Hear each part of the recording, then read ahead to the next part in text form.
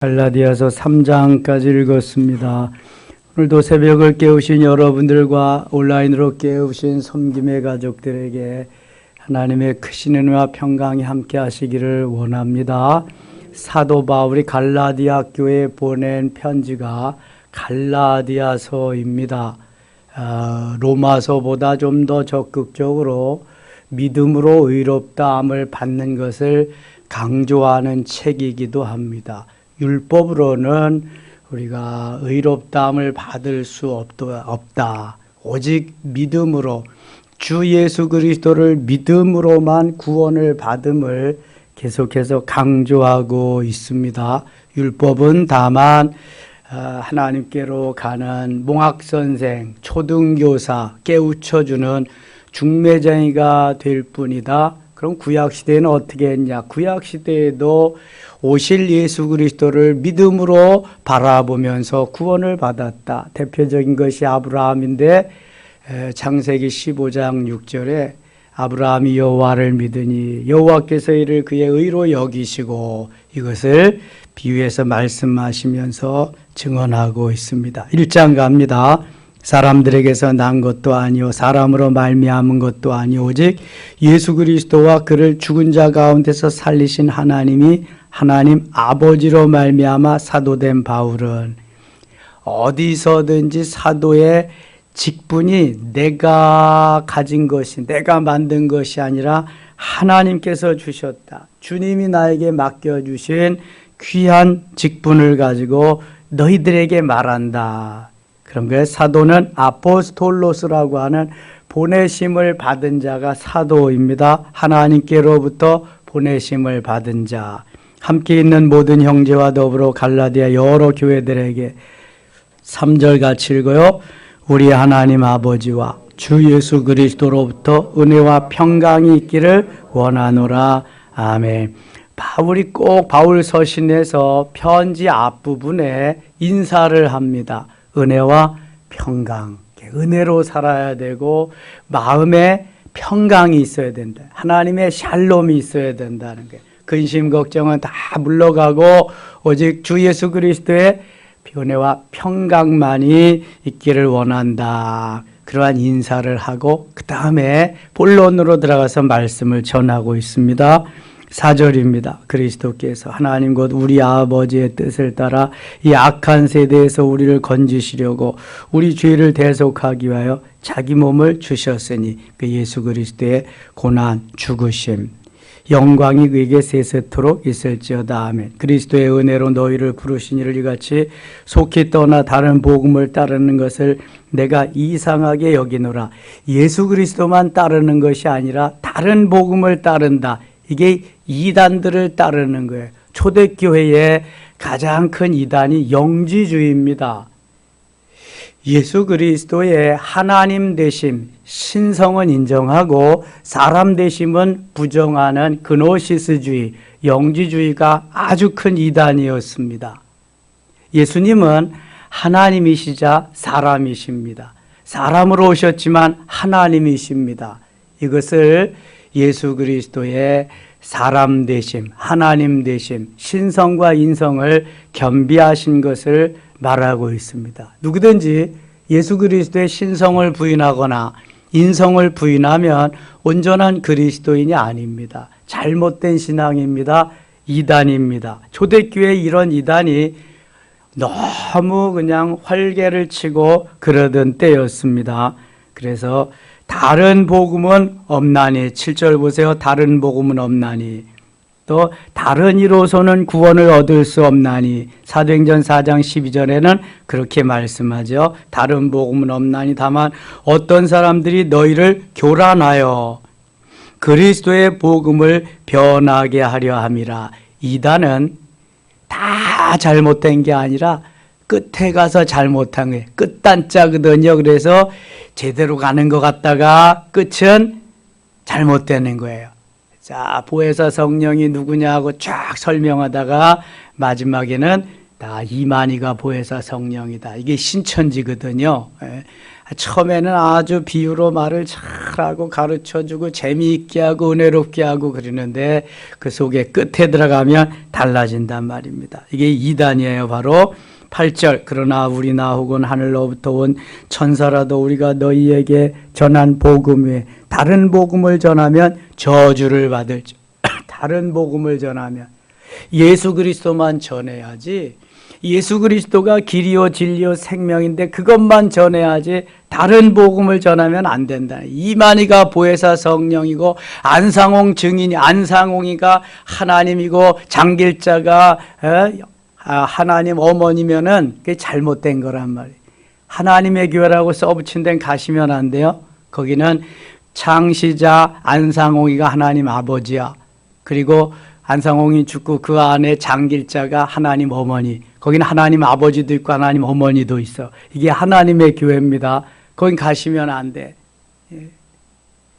그래서 79장 찬송가도 안상홍님 지으신 모든 세계 이렇게 부른대요. 그런데도 사람이 꾸역꾸역 보인다는 거야. 이단들은 미혹하는 영이 있어서 그런 것입니다. 가시면 안 돼. 다른 복음.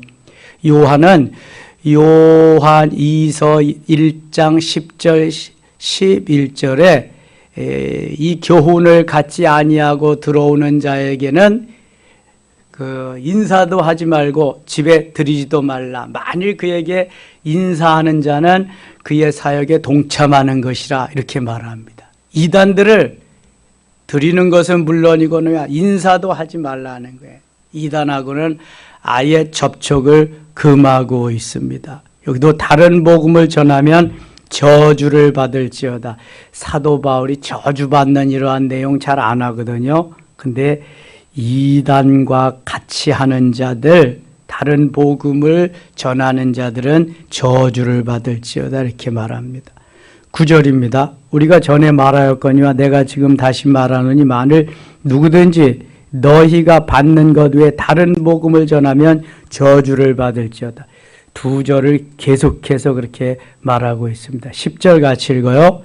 이제 내가 사람들에게 좋게 하랴 하나님께 좋게 하랴 사람들에게 기쁨을 구하랴 내가 지금까지 사람들의 기쁨을 구하였다면 그리스도의 종이 아니니라.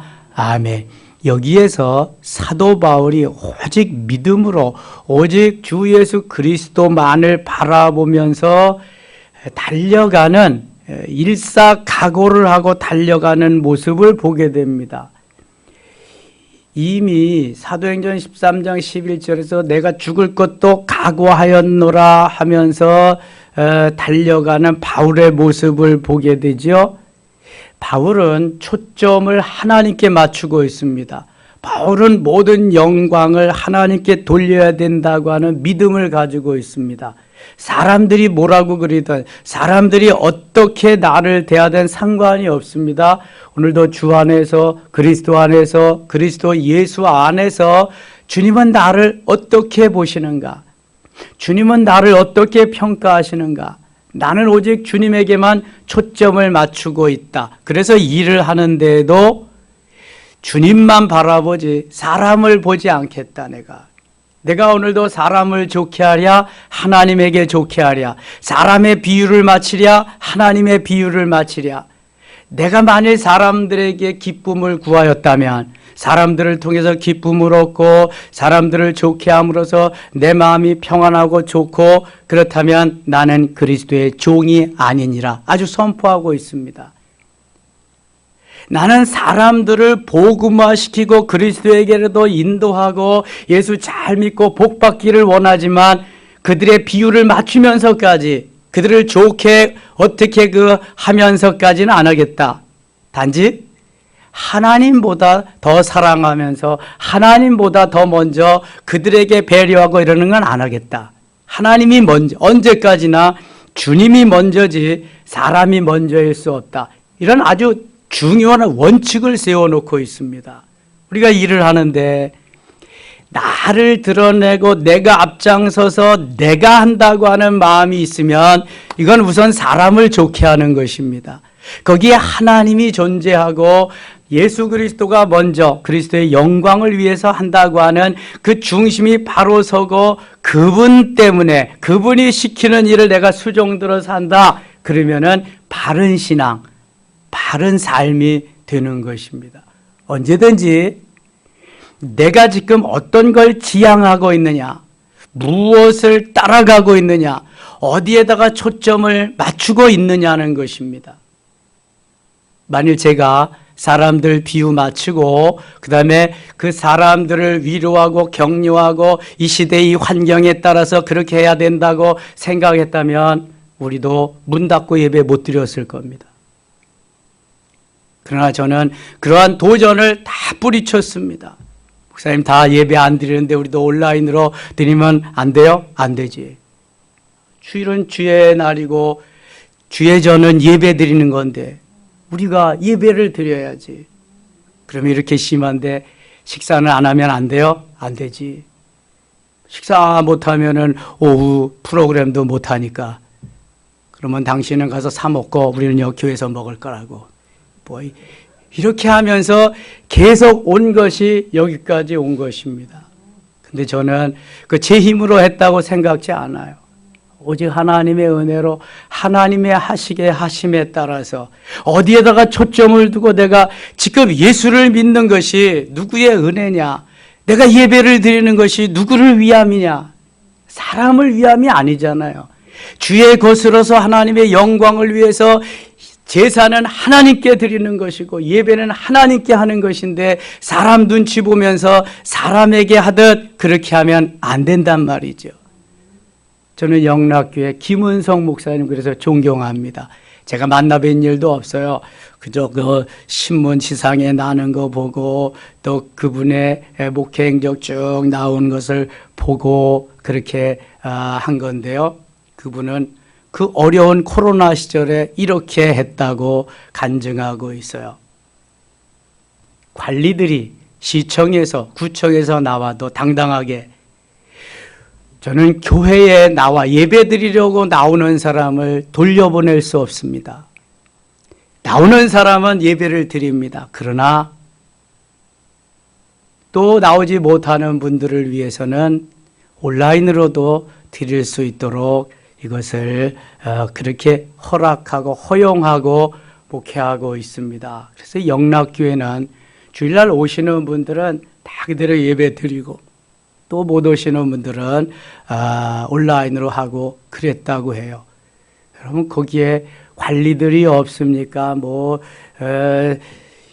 입법, 사법, 행정부의 요원들이 다 거기에 있습니다. 얼마나 도전이 많았겠습니까? 그리고 부임하신 지도 몇 년 안 됐는데 영락교회에 얼마만큼 우리가 그리스도를 향해서 예수님만을 바라보고 사람들에게 좋게 하지 않고 하나님께 좋게 한다. 그러나 사람들에게 막 한다는 말이 아닙니다. 중심이 초점이 지금 어디에 있느냐가 중요하다는 거죠. 다시 보세요. 10절 다시 같이 읽어요. 이제 내가 사람들에게 좋게 하랴 하나님께 좋게 하랴 사람들에게 기쁨을 구하랴. 내가 지금까지 사람들의 기쁨을 구하였다면 그리스도의 종이 아니니라. 아멘. 여러분 우리가 주의 일을 하다가 보면은요 이런저런 일들이 많이 생겨요. 많은 도전이 생겨요. 다 내 마음 같지 않습니다. 나는 정말 주를 위해서 복음을 위해서 희생하며 내 있는 거 들여가면서 하는데 다른 사람들은 그렇게 보지 않는 손길들 눈길들이 많이 있다는 것입니다. 다 내 마음 같지 않아요. 그러나 너는 그렇게 해. 나는 오늘도 기도하며 주님께로 내 초점을 맞추어서 달려간다. 나는 주님을 기쁘시게 하는 일을 할 것이다. 이렇게 가야 돼요. 그렇지 않으면 일을 할 수가 없습니다. 그렇다고 상처 주어서 다른 사람을 쫓아버리면 안 되죠. 그럴 때는 내가 죽어지고 나는 또 없어지고 또 배려하는 마음을 가져야 되는데 이것도 주 안에서지요. 주님 먼저입니다. 주님 먼저. 늘 그러한 마음을 가지고 주의 일을 해야 된다. 15절 가겠습니다. 15절. 그러나 내 어머니의 태로부터 나를 택정하시고 그의 은혜로 나를 부르시니가. 내 어머니의 태로부터 나를 택정하셨다. 에베소서에서는 언제 부르셨다고 그래요? 언제 선택하셨다 그래요? 창세전에, 에베소서 1장 4절에. 창세전에 우리를 선택하셔서 어머니로 하여금 어머니의 태로부터 나를 택정하셔서 이 땅에 보내셨다. 그의 은혜로 나를 부르시니가. 하나님 지으셨지요. 그 다음에 부르셨지요. 그 다음에 우리를 파송해 주십니다. 보내십니다. 그래서 주의 일을 하시는 거예요. 할 수 있는 거예요. 30년 전, 40년 전, 50년 전, 60, 70년, 80년, 90년 전에 우리를 지으셨어요. 하나님께서 생명을 주셔서 부모님으로부터. 그리고 나를 콜링, 부르셨어요. 너는 내 거다. 누구도 타치할 수 없는 썩올라된 너는 내 거다. 그러면서 하나님이 그때부터 양육해 주십니다. 길러 주십니다. 그래서 쓸만할 때 되면은 보내십니다. 파송하십니다. 다 우리가 그래서 보내심을 받은 자예요. 사도만 보내심을 받은 자가 아니라 하나님의 자녀는 누구든지 세상에 보내심을 받았어요. 행복의 바이러스를 전하고 구원과 기쁨과 소망의 바이러스를 전해서 예수 생명, 예수 능력을 저들에게 심어주고 다시 저들도 그리스도 안에서 하나가 되도록 하는 사명을 가지고 우리가 이 세상에 나가도록 우리를 보내셨단 말이죠. 그래서 길리움 받는, 성장케 하는, 성숙해서 무엇인가 열매를 저들에게 나눠줄 수 있는 이러한 그리스도인이 되어야 한단 말입니다. 말만 일으키는, 말썽만 일으키는 그리스도인이 아니라 세상에 나서 빛과 소금의 사명을 감당하는 그리스도인이 되어야 된다. 사도 바울이 이렇게 될 때까지 내 어머니의 터로부터 나를 택정하셨다 고백하는 거예요. 그리고 그의 은혜로 나를 부르셨다. 그 부르신 이가 나를 이렇게 지금 사용하고 계신다. 너희들도 다 얼마든지 그럴 수 있다. 주 안에서 자부심을 가지고 자긍심을 가지고 오늘도 그 일을 향해서 달려가라는 거죠. 7절입니다. 17절. 또 나보다 먼저 사도된 자들을 만나려고 예루살렘으로 가지 아니하고 아라비아로 갔다가 다시 다메섹으로 들어갔노라. 회심하고 나서 아라비아에 가서 고비 사막에 가가지고 3년 동안이나 그는 주님과의 그 1대1의 모든 고난 속에서 또 만들어지는 훈련을 합니다. 18절 그 후 3년 만에 내가 게바를 방문하려고 예루살렘에 올라가서 그와 함께 15일을 머무는 동안 주의 형제 야고보 외에 다른 사도들을 보지 못하였다가 주의 형제 야고보, 자, 예수 그리스도의 사도 야고보는 지금 갈라디아 시절에 이 시절에 있었을까요? 없었을까요? 없었죠. 그럼 여기는 누구죠? 이 야고보는? 예, 여기 말하는 것 같이 주의 형제 야고보, 예수님의 젖동생 야고보입니다. 야고보서를 기록하고 예루살렘 공회의 의장이 됐던 야고보. 이제 2장 9절에 가면 이 야고보가 기둥같이 쓰이는 일꾼이 됩니다. 그러니까 먼저 된 자가 나중되고 나중된 자가 먼저 되는 역사가 주의 형제 야고보를 통해서 나타나는 것을 보게 되거든요. 주의 형제 야고보 외에 19절 주의 야고보 외에 다른 사도들을 보지 못하였노라. 보라 내가 너희에게 쓰는 것은 하나님 앞에서 거짓말이 아니라, 거짓말 아니고 내가 참말이다. 지금 2장 갑니다. 2장 8절 가겠습니다. 2장 8절 베드로에게 역사하사 그를 할례자의 사도로 삼으시니가 또한 나에게 역사하사 나를 이방인의 사도로 삼으셨느니라. 지금 사도 바울이 베드로에게 은혜를 받게 하셔서 할례자에게 사도로 삼으셨다. 자, 할례자는 누가 할례자예요? 유대인들이 할례자입니다. 할례는 유대인들만 받게 돼 있어요. 아브라함의 자손들만 받게 되었어요. 태어난 지 8일 만에. 그래서 유대인들의 사도로 베드로를 삼으셨다는 거예요. 그와 같이 무할례자 이방인들의 사도로 자기를 세우셨다는 거예요. 자, 이거는 사도행전이 이해가 돼야 이 말씀이 이해가 되는 거예요. 사도행전 2장 오순절 사건 때 하나님 베드로에게 은혜를 주셔서 할례자 유대인들의 사도가 되게 하셨어요. 그래서 사도행전 1장부터 12장에 주역이 되게 하십니다. 사도행전 9장에서 사도 바울에게 은혜를 베푸시고 변화되게 하셔서 사도행전 13장부터 28장까지의 주역이 되게 하십니다. 이방인들, 무할례자들을 가서 복음을 전하는 사도로 삼으십니다. 그래서 사도행전은 두 거목이 있는데 한 사람은 베드로요, 한 사람은 사도 바울입니다. 베드로는 할례자에게, 사도 바울은 무할례자인인 이방인들에게 보내셔서 주의 말씀을 전하며 저들을 그리스도에게로 인도하는 사도로 삼으셨다. 지금 그 이야기 하는 겁니다. 다시 8절, 2장 8절 다시 한번 같이 읽어요. 베드로에게 역사하사 그를 할례자의 사도로 삼으신 것은 이것 또한 내게 역사하사 나를 이방인의 사도로 삼으셨느니라. 아멘. 왜 베드로가 할례자의 사도로, 사도 바울이 이방인의 사도로 된 것인지 이제 아셨죠? 9절 갑니다. 9절도 같이 읽겠습니다.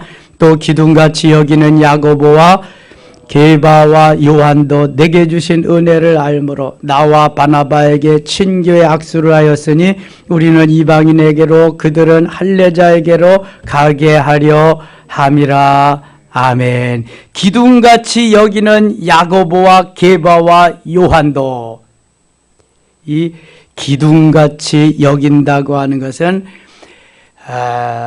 아주 건물 중에 가장 소중한 그러한 제목이지요. 소중한 그러한 도구지요. 기둥같이 여긴다. 여러분, 집을 지으려면 기둥이 필요합니다.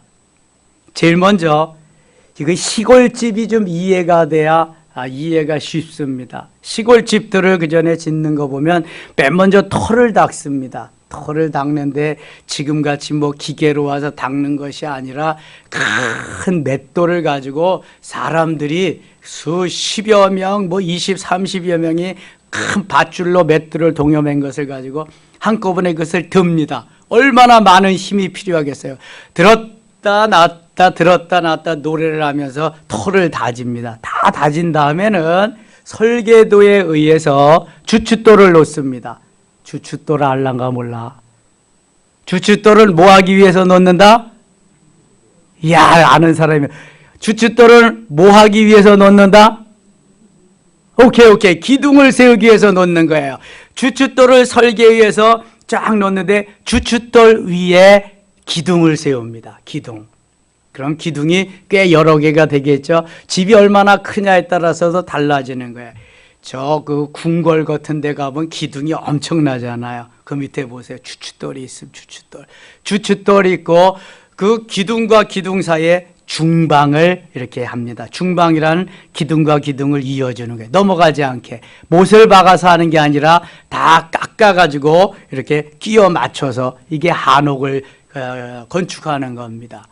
그래서 쭉 기둥과 기둥이 연결 중방이 되면은요, 그 중방하고 또 위에는 대들보를 얹습니다. 대들보와 중방 사이에 거기 석가래를 얹습니다. 석가래. 그래서 집의 모양이 되는 거예요. 대충. 제가 저 한옥마을에 갔어요. 저 청와대 그 구경하고 나서 그래서 우리 청년들에게 그걸 거기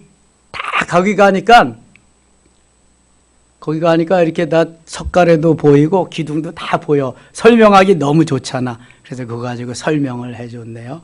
기둥은 집을 집되게 만드는 중요한 요소입니다. 기둥이 없으면 집을 못 만들어. 세워지지가 않아. 그래서 기둥은 힘이 있어야 돼. 인내심도 있어야 되고요. 꼿꼿해야 돼. 바라야 돼. 예? 그리고 이 기둥은 좋으나 싫으나 기쁘나 슬프나 항상 자기 자리를 지켜야 돼. 이게 기둥이야, 기둥.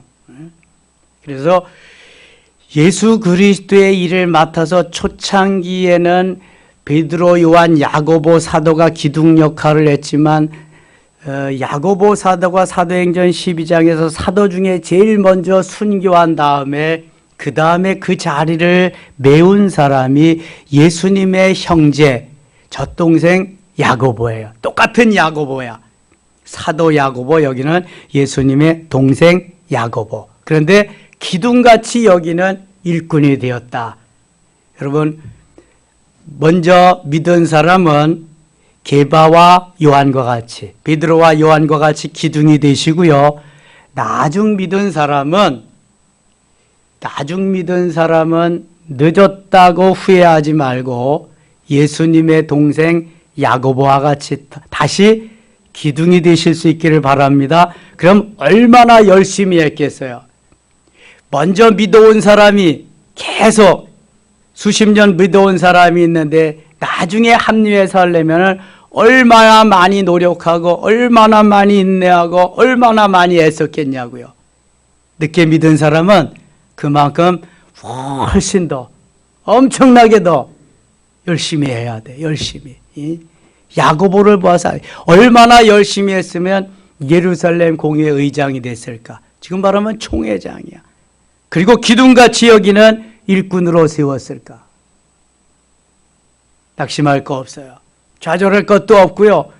내가 예수 그리스도를 믿고 그 믿음 안에서 성령 충만하고 은혜 충만하고 말씀 충만하고 지혜 충만하고 칭찬 듣는 자로서 자리매김하면은요 기둥이 되는 거예요. 기둥. 여러분 하늘나라의 기둥이 되시고 우리 섬김의 교회 기둥이 되시기를 축원합니다. 하늘나라의 모델이 되시고 우리 섬김의 교회 모델이 될 수 있기를 축원합니다. 이걸 가지고 달려가야 돼. 이걸 조그만 일에 삐죽삐죽 되면 안 돼. 이거는 바보야, 어린아이야, 유치한 거야. 그거는 주님만 바라보고 주님만 의지하고 주님만 소망하면서 오늘도 달려가야 돼. 달려가야 돼. 그래야 야고보 되는 거야. 야고보. 게바, 그 다음에 요한이 되는 거예요. 기둥같이 여기는. 예수님이 중요한 일이 있을 때는 꼭 삼총사 데리고 다녔잖아요. 지금은 예수님 승천하시고 땅에 안 계시는데 이들이 기둥같이 여기는 주의 일을 맡아서 감당하는 거예요. 사도 바울이 인정하는 거잖아요, 지금. 아하, 야고보와 게바, 요한.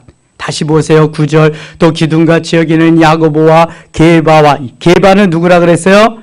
베드로. 게바와 요한도 내게 주신 은혜를 알므로, 바울에게 주신 은혜를 나와 바나바에게, 바나바는 사도 바울과 이종의 그런 이종사촌의 관계가 있어 바울을 많이 도와준 사람입니다. 만일 바나바가 없으면 사도 바울 되는데 많은 지장이 있었을 거예요. 친교에 악수를 하였으니 우리는 이방인에게로, 바울과 바나바는 이방인에게로, 이거 어느 교회에서 안수받고 이방인 사도로 파송을 받았어요? 안디옥 교회에서, 사도행전 13장에 나오는 거예요. 안디옥 교회에서 안수를 받고 이방인의 사도로 파송을 받게 됩니다. 바나바와 바울은 그래서 최초의 선교사입니다. 해외 선교사, 최초의 선교사. 우리는 이방인에게로, 그들은 할례자에게로 가게 하려 함이라. 그들은, 게바와 요한은 할례자에게, 대표적인 그 할례자에게 간 사람이 그래서 게바, 베드로임을 지금 말씀하는 거예요. 이걸 갈라디아 교회에 지금 사도 바울이 전하고 있습니다. 너희가 이런 걸 좀 알아라. 10절. 다만 우리에게 가난한 자들을 기억하도록 부탁하였으니 이것은 나도 본래부터 힘써 행하여 왔노라. 16절 가겠습니다. 16절. 사람이 의롭게 되는 것은 율법의 행위로 말미암음이 아니요 오직 예수 그리스도를 믿음으로 말미암은 줄 알므로. 로마서 1장 17절에 오직 의인은 믿음으로 말미암아 살리라. 믿음으로 되는 거다. 예수 그리스도를 믿음으로 말미암는 줄 알므로 우리도 그리스도 예수를 믿나니는 우리가 율법의 행위로서가 아니고 그리스도를 믿음으로, 행위가 아니라 믿음이다. 믿음으로서 의롭다함을 얻으려 함이라. 율법의 행위로서는 의롭다함을 얻을 육체가 없느니라. 행위가 아니라 믿음이다. 믿음. 그러면은 그냥 말로만 믿으면 되느냐? 그렇지 않아요. 그래서 야고보서가 필요한 거예요. 믿음으로 의롭다 하심을 받은 사람은 반드시 행함으로가 행위로서의 삶이 필요하다. 이어져야 된다. 믿음의 결국은 구원이지만 구원받은 하나님의 백성들은 이러한 행함 있는 삶을 살아야 된다는 것이, 그래서 로마서와 갈라디아서와 야고보서는 다른 책이 아니라 다 하나로 되어지는 것이다. 그래서 마태복음 7장 21절에는 주여 주여 하는 자마다 다 천국에 들어갈 것이 아니요 내 아버지의 뜻대로 사는 자라야 들어간다. 이렇게 말씀합니다. 그 말씀은 영접하는 자고 그 이름을 믿는 자들에게는 하나님의 자녀가 되는 권세를 주셨으니 하고 배치될 수도 있어요. 주 예수를 믿으라 그리하면 너와 내 집이 구원을 받으리라 하는 거하고 배치될 수도 있어요. 그러나 하나님은 이렇게도 구원하시고 이렇게도 구원하시는데 구원받은 하나님의 백성은 반드시 의롭다함을 받은 자들은 반드시 나가서 주와 및 복음을 위해서 하나님의 영광을 위해서 살아야 된다는 것입니다. 이게 그리스도인이라는 것입니다. 그리스도인이라고 그리고 온라인으로 매일 기계만 스마트폰만 들여다보고 있으면 안 된다는 거예요. 주일날은 주님 앞에 나와야 되고 주일은 예배를 드려야 되고 하나님의 영광을 돌려야 되는, 이게 바로 그리스도인의 참 모습이라는 거지요. 이렇게 돼야 세상에 나가서 빛과 소금의 사명을 감당할 수 있다는 거예요. 그러므로 19절 갑니다. 19절. 내가 율법으로 말미암아 율법에 대하여 죽었나니 이는 하나님에 대하여 살려 함이라. 율법에 대해서 죽고 하나님에 대하여 살려 함이라. 그렇다면 율법은 필요 없는 것이냐? 필요 없어요? 율법은 필요한 것입니다. 왜 필요해요? 뼈대가 되니까 필요한 것입니다. 율법은 뼈대가 됩니다. 여러분, 뼈대가 없으면, 헌법이 없으면 이 나라가 질서가 없습니다. 살아갈 수가 없어요. 그러니까 헌법과 같이 율법도 뼈대가 되는 겁니다. 뼈대만 있으면 근데 뭐예요? 해골이잖아. 송장이에요. 뼈대만 있으면. 뭐가 붙어야 사람이 되는 거예요? 살이 붙어야 돼. 살이. 이게 은혜와 진리예요. 그래서 예수님이 오신 거야. 하나님이 사람의 몸을 입고 이 땅에 오신 분이 예수 그리스도인데 은혜와 진리로. 그래서 율법을 폐하러 온 것이 아니라 예수님은 율법을 완전케, 온전케, 퍼펙트하게 뼈만 있는 사람을, 뼈만 있는 송장을 살을 붙여가지고 사람이 되게 하려고 오신 거란 말이죠. 그러니까 옛날에 율법 시대에는 정죄밖에 없어. 정죄, 잘못한 거, 정죄, 판단, 이거밖에 없어. 예수님이 오시고 나서 은혜와 진리가 오시고 나서 용서가 있는 거예요. 사랑으로 용서하고.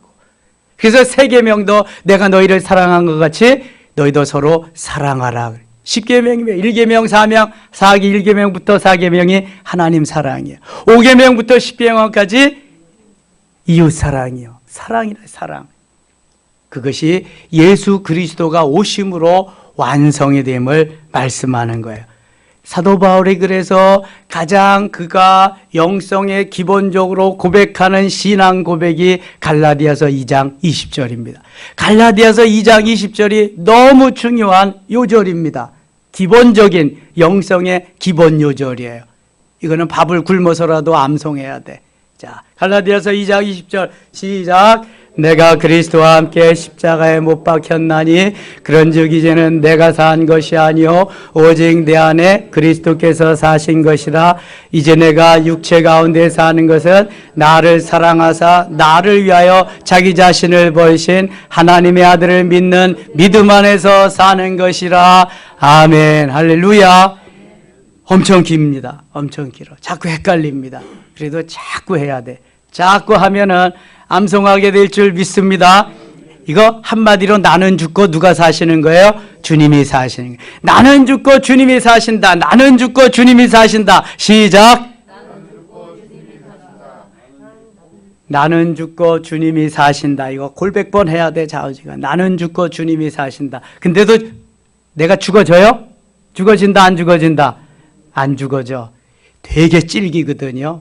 되게 질겨. 그래서 잠언 27장 22절을 보면은 어리석은 내 자아를, 나를 절구에 넣고 공의로 절갱으로 찌을지라도 그 껍질이 벗어지지 아니하느니라, 이렇게 말씀해요. 얼마나 질긴지 절구에다가 넣고, 나를 거기다 넣고 절구에 넣고 공의로 절갱이로 막 찢는 거야. 찢는데도 껍질이 벗어지질 않는 거야. 너무 질기고 단단하기 때문에. 그러니까 죽어지기가 쉽다, 쉽지 않다? 쉽지 않아요. 왜 죽어? 안 죽어? 못 죽어? 이런다니까. 주님은 죽으라 그러는데도. 그러니까 은혜를 못 받는 거야. 내가 죽어서 자아가 파쇄된 것만큼 행복하다 그랬어. 내가 자아로 똘똘 뭉쳐졌어. 안 죽고 못 죽고, 그러니까 행복이 없는 거예요. 행복이. 죽어져야 할 줄 믿습니다. 그래서 고린도전서 15장 31절에서 사도 바울은 나는 날마다 죽노라. 나는 날마다 죽노라. 시작. 날마다 죽어야 돼. 날마다. 사도 바울이 날마다 죽었다면 우리는 어떻게 죽어야 된다? 시간마다, 분초마다 죽어야 된다. 근데 주님이 좀 죽이시려고 그러면 안 죽는다고, 못 죽는다고 난리를 치거든요. 그래서 세상 없어도 갈라디아서 2장 20절은 죽을 때까지 끌어안고 가야 돼. 이거 안 하면은요, 내가 살아나서 주님은 온데간데 없어. 조금만 기분 좋아져 봐요. 주님이 어디 계셔? 나밖에 없어. 나밖에. 이게 육체의 본성이요. 육체가 원하는 그러한 삶이란 말이죠. 그래서 셀프 컨트롤, 나를 얼마만큼 통제할 수 있느냐, 절제할 수 있느냐, 이게 성령의 열매잖아요. 성령의 열매. 꼭 나는 죽고 주님이 계시는 삶을 사시기를 축원합니다. 3장 갑니다. 3장. 어리석도다 갈라디아 사람들아, 예수 그리스도께서 십자가에 못 박힌 것이 너희 눈앞에 밝히 보이거늘 누가 너희를 꾀도냐? 내가 너희에게서 다만 이것을 알려하노니 너희가 성령을 받은 것이 율법의 행위로냐 혹은 듣고 믿음으로냐? 율법이에요? 아니면 믿음이에요? 믿음이죠. 믿음. 오직 의인은 믿음으로 살려라. 믿음으로. 3절 같이 읽어요. 3절. 너희가 이것이 어리석으냐? 성령으로 시작하였다가 이제는 육체로 마치겠느냐? 아멘. 성령으로 시작했다가 육체로 마치는 사람이 많아요. 첫사랑을 버린 사람이 많아요. 그래서 그리스도를 떠난 사람도, 배교한 사람도 많아요. 첫사랑을 떠나지 말고 첫사랑을 회복해야 될 줄 믿습니다. 성령으로 시작했다가 육체로 마치는 사람, 바보스러운 거예요. 불덩이로 시작했다가 숫덩이로 마치는 사람도 있어요. 성령 충만해가지고 가야 되는데, 끝까지 가야 되는데, 성령 충만이 그 다음에는 마귀 충만으로, 세상 충만으로 되어버려서 가는 사람도 많은 거예요. 갈라디아 교회의 사도 바울이 왜 이걸 보냈느냐? 안 봐도 비디오잖아, 이게. 이런 사람이 많다는 거예요. 6절입니다. 아브라함이 하나님을 믿음에 그것을 그에게 의로 정하셨다함과 같으니라. 이거 제가 서두에서 말씀드렸어요. 아브라함은 오실 예수 그리스도를 바라보고 믿음으로 구원받았다. 아브라함이 하나님을 믿으니 하나님이 이를 그의 의로 여기셨다. 이게 대단히 중요한 메시지입니다. 창세기 15장 6절 말씀. 그런즉 믿음으로 말미암은 자들은 아브라함의 자손인 줄 알지어다. 믿음의 후손들이 아브라함의 자손들이다. 9절입니다. 9절. 그러므로 믿음으로 말미암은 믿음이 있는 아브라함과 함께 복을 받느니라. 아브라함의 자손으로 11절 갑니다. 또 하나님 앞에서 아무도 율법으로 말미암아 의롭게 되지 못할 것이 분명하니 이는 의인은 믿음으로 살리라 하셨습니다. 로마서 1장 17절도 오직 의인은 믿음으로 말미암아 살리라. 3장 11절에도 의인은 믿음으로 살리라. 12절. 율법은 믿음에서 난 것이 아니니 율법을 행하는 자는 그 가운데서 살리라 하였느니라. 율법은 믿음에서 난 게 아니라 율법은 행함으로를 강조하는 책입니다. 쭉 넘어가서 21절 가겠습니다. 21절. 그러면 율법이 하나님의 약속들과 반대되는 것이냐? 결코 그럴 수 없느니라. 하나님의 약속과 반대가 아니라 율법이. 만일 등이 살게 하는 율법을 주셨더라면 의가 반드시 율법으로 말미암았으리라. 그러나 성경이 모든 것을 쥐 아래에 가두었으니 이는 예수 그리스도를 믿음으로 말미암는 약속을 믿는 자들에게 주려 함이라. 믿는 자들에게 주게. 믿음이 오기 전에 우리는 율법 아래에 매인바 되고 계시될 믿음의 때까지 갇혔느니라. 24절 같이 읽을게요. 24절. 이같이 율법이 우리를 그리스도께로 인도하는 초등교사가 되어 우리로 하여금 믿음으로 말미암아 의롭다함을 얻게 하려 함이라. 아멘. 전의 성경은 이 율법이 그리스도에게로 인도하는 몽학선생이라. 몽학선생. 깨우쳐주는 그러한 선생이다. 초등학교에 가면 아이들이 뭘 알아요? 지금은 다 안다. 유치원에서 다 가르쳐. 저는 유치원을 못 다녔거든요. 시골에서 자라나서. 그러니까 초등학교 가서 배운 거야, 이게. 이 초등학교 교사가 율법 선생이야.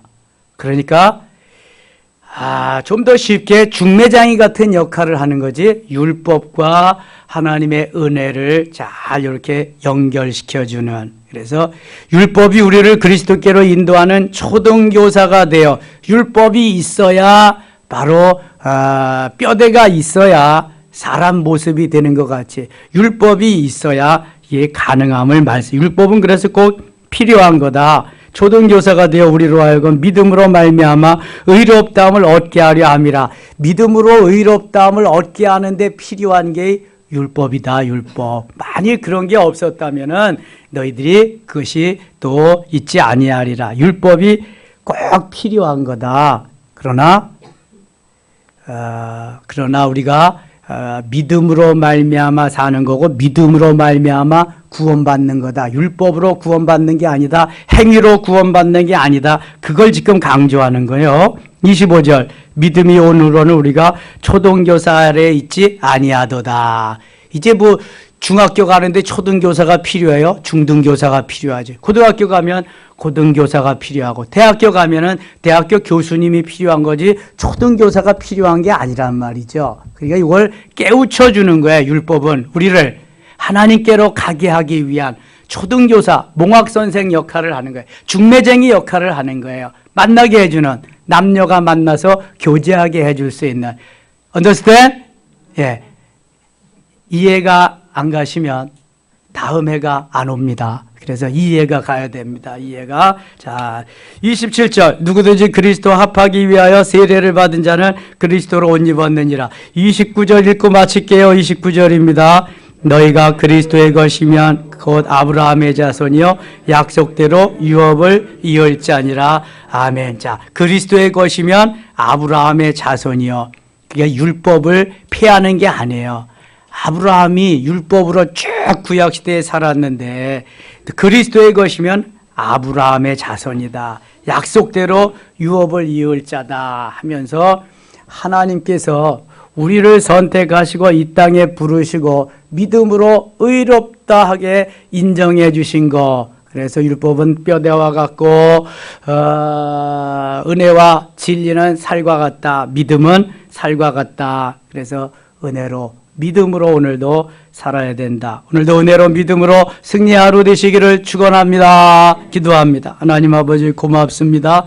늘 믿음으로 살게 하여 주옵소서. 믿음으로 의롭다함을 받은 우리는 곧 이제 행함으로 이어져서 하나님의 영광을 드러내는 멋있는 그리스도인 모델이 되게 하여 주옵소서. 기둥이 되게 하여 주시옵소서. 예수님의 이름으로 기도드리옵나이다. 아멘.